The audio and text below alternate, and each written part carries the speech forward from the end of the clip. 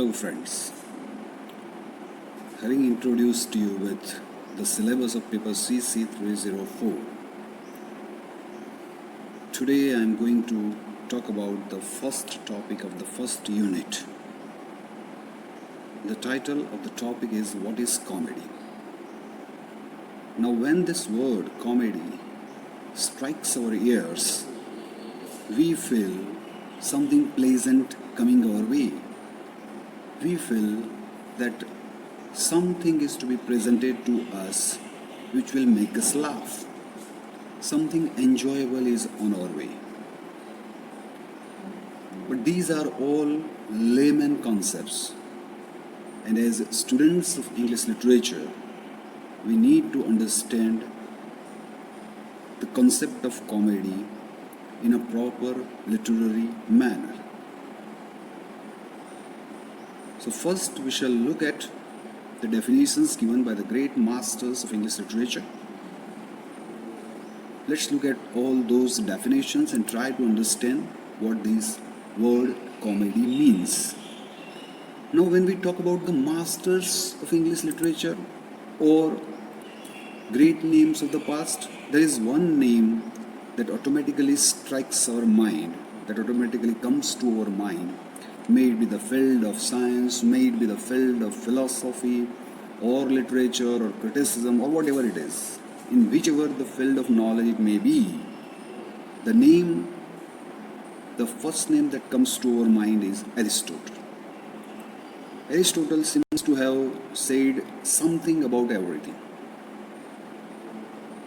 So Aristotle has his say on comedy as well. What does Aristotle say about comedy? Let's look at the definition, very much on your screen. According to Aristotle, comedy is an imitation of man worse than the average. Worse, however, not as regards any and every sort of fault, but only as regards one particular kind, ridiculous, which is a species of ugly. The ridiculous may be defined as a mistake or deformity, not productive of pain or harm to others. Now it's a very long definition, but let's understand it bit by bit. Look at the first line. Comedy is an imitation of man worse than the average. Now the important word in this line is average. What do we mean by average? Generally, the society is judged by the behavior of human people. And in a society, a person is supposed to behave in a particular manner. If a person is able to behave in a particular manner that is acceptable to the society, then he can be called an average person, a man behaving in an average way. But at times it happens that some people behave in a way which is not even up to the mark of an average human being. Suppose there is a banana peel lying on the road and we are passing through that road, then what a normal man, what an average man would do? He would try to pass by the banana peel. He would avoid putting his foot on that banana peel because he knows that if he puts his foot on that banana peel, then there are chances of his falling down. But some people, though they know that there is a banana peel, they put their foot on that banana peel and then get the expected result. They fall down, get injured. Now such people are said to be behaving in a manner which can be called below average or worse than the average. They are not behaving in a normal or average acceptable manner, and that is why people laugh at them. When somebody falls on a banana peel, people laugh at them. they become butt of joke. Worse, by worse we mean to say below average. Worse, however, not as regards any and every sort of fault, but only as regards one particular kind, ridiculous. So this is another word, ridiculous.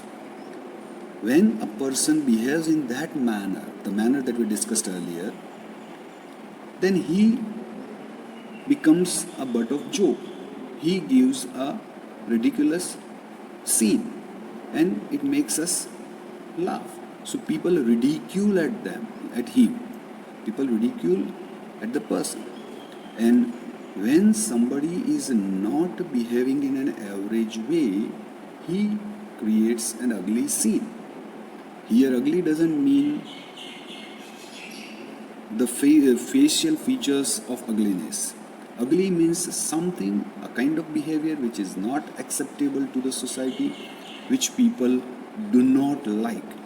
So this ridiculous is ugliness of a behavior. The ridiculous may be defined as a mistake or deformity not productive of a pain or harm to others. This ridiculous behavior is mistake of a person, mistake on the part of a person, deformity of a behavior on the part of a person.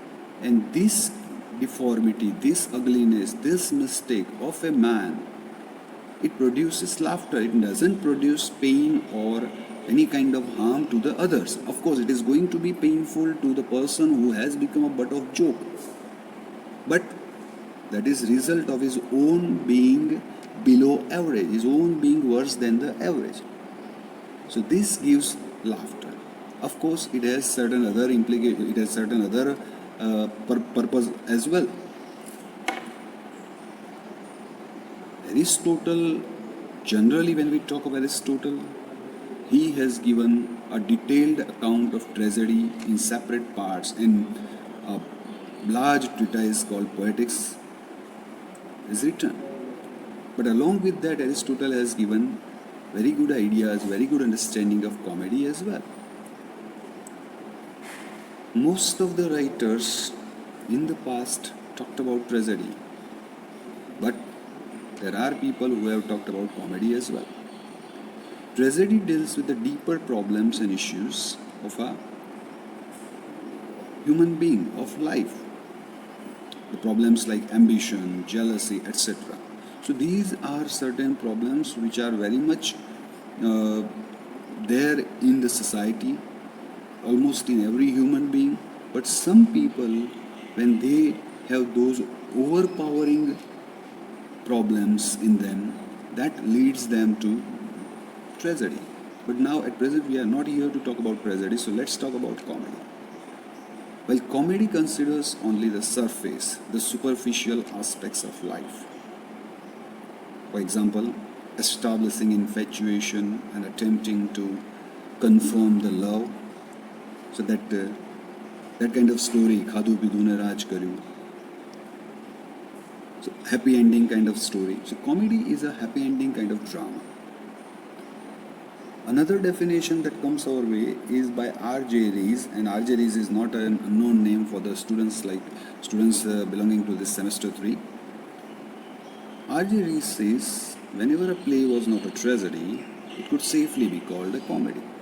Now if you look at this line, it shows that comedy is given the second preference instead of just after tragedy. So first, an important literary form is tragedy, but if a drama is not fitting into the definition, the requirements of a tragedy, and it has a happy ending, it has some better ending instead of tragedy, then it could safely be called a comedy. So the definitions also suggest that comedy is given less preference to tragedy. Now let's look at the origin of comedy. Where did this word come from? What does it mean? The word comedy is derived from Greek language, and it's a derivation of a Greek word komos. which means raillery. Comedy is called a play with a happy ending. So all the conflicts and confusions get solved by the end of the drama, and that is called a good comedy. It aims at entertaining its readers or audiences by providing laughter, mere laughter, and nothing but laughter. So, comedy doesn't want to show the darker or sad side of the society, of the life.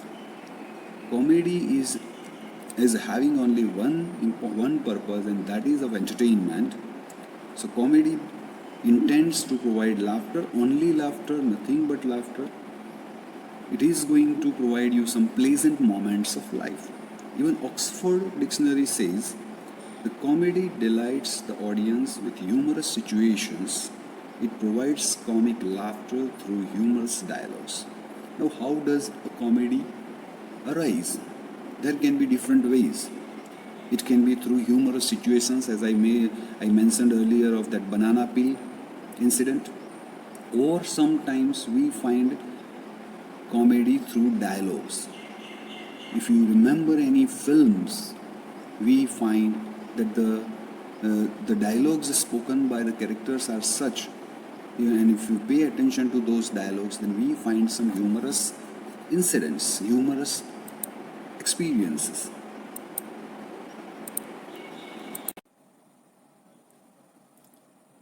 Okay.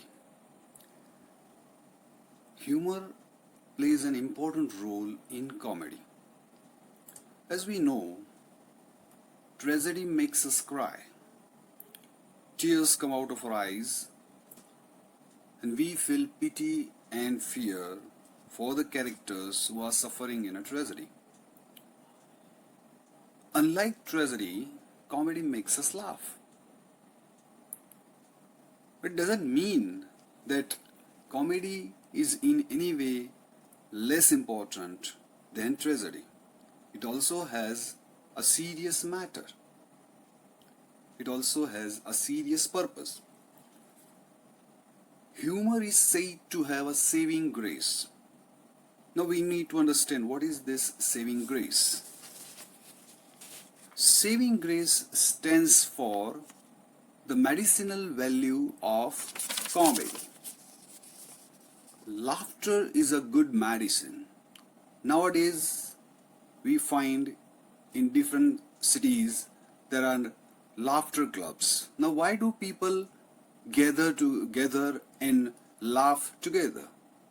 Because they believe that laughter can prove to be a good medicine. A good laugh overcomes more difficulties and dissipates more dark clouds than any other thing.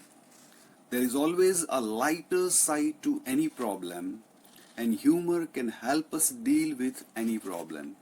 So a problem can be solved with humor, and in that manner we can say that humor is having a saving grace. Comedy is at times misfortunes collected in tranquility. Now Wordsworth said that poetry is ideas collected in tranquility. But that was about ideas. Here the line is a little bit different. Comedy is misfortunes recollected in tranquility.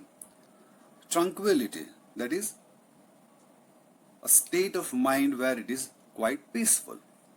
And when you are peaceful, when your mind is at peace, at that time some ideas that have been stored at the back of your mind can be recollected, can be recalled. But comedy recalls only those ideas which are unfortunate experiences for us, which are misfortunes for us. We do not laugh at our good fortunes, but at our misfortunes. We never laugh at our achievement in education. For example, we don't laugh at 10th or 12th science result where we might have scored 90% marks. No, we laugh at only those things, only those experiences which were misfortunate ones at that time. The largest proportion of our jokes is not about things that make us happy, but about things that make us miserable. For example, if we go through literature or we go through some other areas of knowledge, we come to know that mothers-in-law are always figures of fun for the daughters-in-law or maybe a daughter-in-law. Or take for an example an old man getting married to a young lady, and young lady makes a fool of him by choosing a young and handsome lover, and this can always be seen as a comic figure. This man always becomes a butt of joke. But do you think ideally we should be laughing at such old lady or an old man? No. But it is just in the wake of moment, in the instinctual manner, we laugh at certain things. Similarly, as I told you earlier, that we laugh at our misfortunes. Whenever we remember some unfortunate experience, like while riding a bicycle being chased by a barking dog, or falling into a puddle of water during monsoon, or maybe slipping on a peel of banana. Now these are certain incidents that we might have experienced in our past. But even at that time they were very unfortunate ones. But when after years, when we remember those experiences, we laugh at ourselves. We laugh at our situation at that time. What makes us laugh here is something that deserves our sympathy. Great comic characters like Don Quixote or Falstaff or Mr. Pickwick, they make us both laugh at and with them. After humor, we move to another concept that we find in comedy, and this is comic catharsis. Now, the word catharsis is generally connected to tragedy. And as I mentioned in the earlier slide, feeling of pity and fear, purging the emotions of pity and fear and resulting into catharsis. Okay. Then what is catharsis in comedy? So a sense of humor enables us to deal with life's misfortunes. In the follies, frailties and foibles of characters, we recognize the living lineament of ourselves. When we are watching drama, we are watching a reflection of the society, imitation of the society, I would use that way. And when it is a comedy, it presents the follies, frailties and foibles of characters. So these are weaknesses, these are drawbacks in the characters. The characters are not real, they are imagined ones. But though they are imagined characters, they are framed on some real life characters. So we recognize the living lineament, face of ourselves. A mistake or a drawback or a folly of a character, we may think that such kind of experiences or such kind of mistakes you yourselves have committed in the past. So you feel as if a particular part of that character belongs to you. It presents our own face through that face of a character. The material of comedy is very often drawn from those things that have plagued and disturbed us. So, as I told you in the earlier side, the experiences which we did not enjoy in the past, on the contrary, we were disturbed by those experiences. But those experiences, those misfortunes, when they are presented in a drama, they become the material for laughter, and that results into comedy. Sometimes we experience certain people and we never like them. Rather, we feel annoyed at the time we experience them. There are some fools, or maybe some pompous and pretentious people, or they may be sometimes in authority by some important persons who think that they are the only important persons. So such people, they hurt us. We dislike them for their behavior at a particular time. But when we find such characters in a comedy, we get a chance to laugh at them. We get a chance to laugh at their foolishness, their pomposity, their pretentiousness. And that results into comedy. But in comedy, we see them making fool of themselves. Yes. Those characters who hurt us in the past, when we find them in a drama, we see them objectively. And we find that such characters do not behave in a proper, acceptable manner, or maybe as we have used the word, average manner. So they become butt of joke, they become stock of laughter. They make fool of themselves. So as the last line says, comedy holds a mirror up to nature and the mirror is distorted one. Comedy presents the society. By nature we mean to say the society, human nature. But this is a mirror image, that is reflection of the society. And it presents the drawbacks of the society, weaknesses of the society. By society I mean to say human beings. So in a way, the reflection that we get through comedy is a distorted one, ugly one. And this ugliness makes us laugh.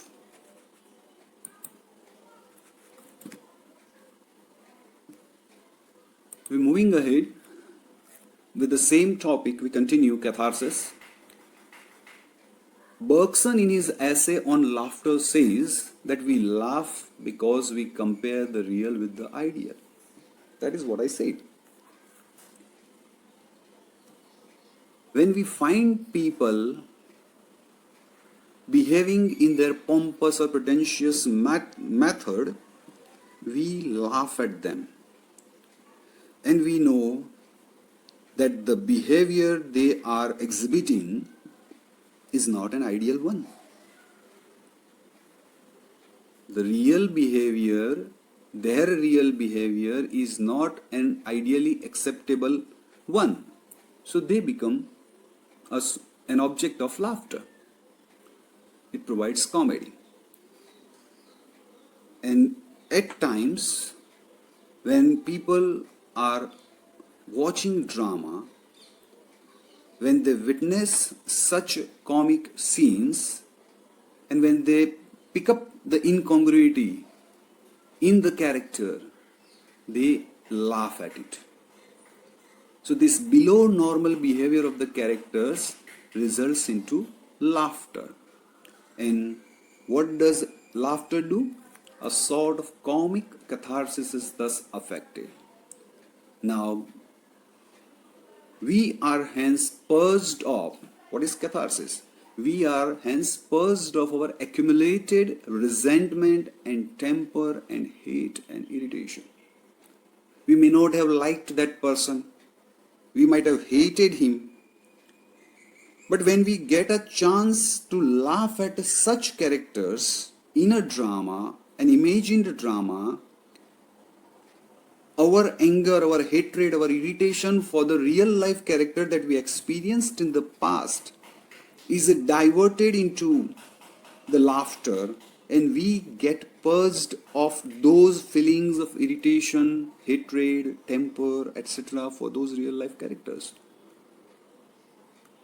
So, in a way, those ill feelings that we had at the back of our mind, they are purged off. They are emitted through laughter. And the result is we are freed from such ill feelings. So it is one way personally helpful to our health, but along with that, there is another purpose of comedy, and that is as a social corrective. Because when somebody sees a character, a pretentious character or maybe foolish character on the stage, and if he or she feels that the character on the stage is in a way reflecting his or her own character, the person decides not to behave in that particular manner in future. So in a way, comedy corrects the society. So it is a social corrective that the comedy writers in the history have taken up. We begin with the old times of 4th and 5th century BC, where the pioneering comedy writer was Aristophanes with his works like Frogs, and he focused on satirizing the society in his works. If we come down to Elizabethan age, the great magician Shakespeare, one of the greatest masters, he was always innovative in his themes. You take up A Midsummer Night's Dream, it is a romantic comedy. If you take up some another drama, it might be a problem play, it may be something else. So in a way, Shakespeare was always innovative in his themes. Just after Shakespeare, Ben Jonson and even Molière, they treated human folly as the theme, while Sheridan focused on love intrigues. Oscar Wilde provided wit, mirth, and entertainment in his plays, and the modern dramatist G.B. Shaw, he, in his comedies of ideas, focused on wisdom. So we can observe that different writers used different themes to present a mirror image of the society. Generally, the ridiculous or the abnormal or the ugly has been the theme of comedy. Now, ridiculous, abnormal, and ugly, these are not unknown words for you people. Comic dialogue plays an important part and generates a fascinating effect of the theme in the comedy. So, comedy is not just limited to the acting or presentation of a character in a physical manner. Along with the acting of the character, along with the presentation of a character in a physical manner, the dialogue also played an important role. And these dialogues generate a fascinating effect of the theme in comedy. So these are certain basic concepts of a comedy, basic points of a comedy. Now let's conclude the topic of comedy. Comedy may look hilarious and light-hearted on the surface, because that is the surface purpose of comedy. But it presents deep observation of human life. Comedy is as effective as tragedy, and as we have already discussed, it presents a distorted mirror image of the society, of human life. It shows the human society where it is ugly, where it is abnormal, more realistic than tragedy in the sense that intellect or reason rather than emotions or feelings plays a predominant role in it.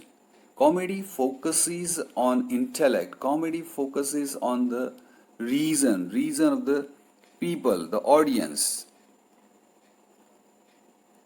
The comic spirit detects any note of pretension, falsity, or insincerity in human behavior. And this pretension, falsity, or insincerity of human being or in human behavior, they are presented on the stage, and intellectual people can easily understand what the dramatist intends to say. And of course, it has a purpose, and purpose is to correct the society. Comedy thus indirectly serves the purpose of correcting the society. These are certain basic points of a comedy. You will be able to understand comedy, types of comedy, theory of laughter in the following lectures.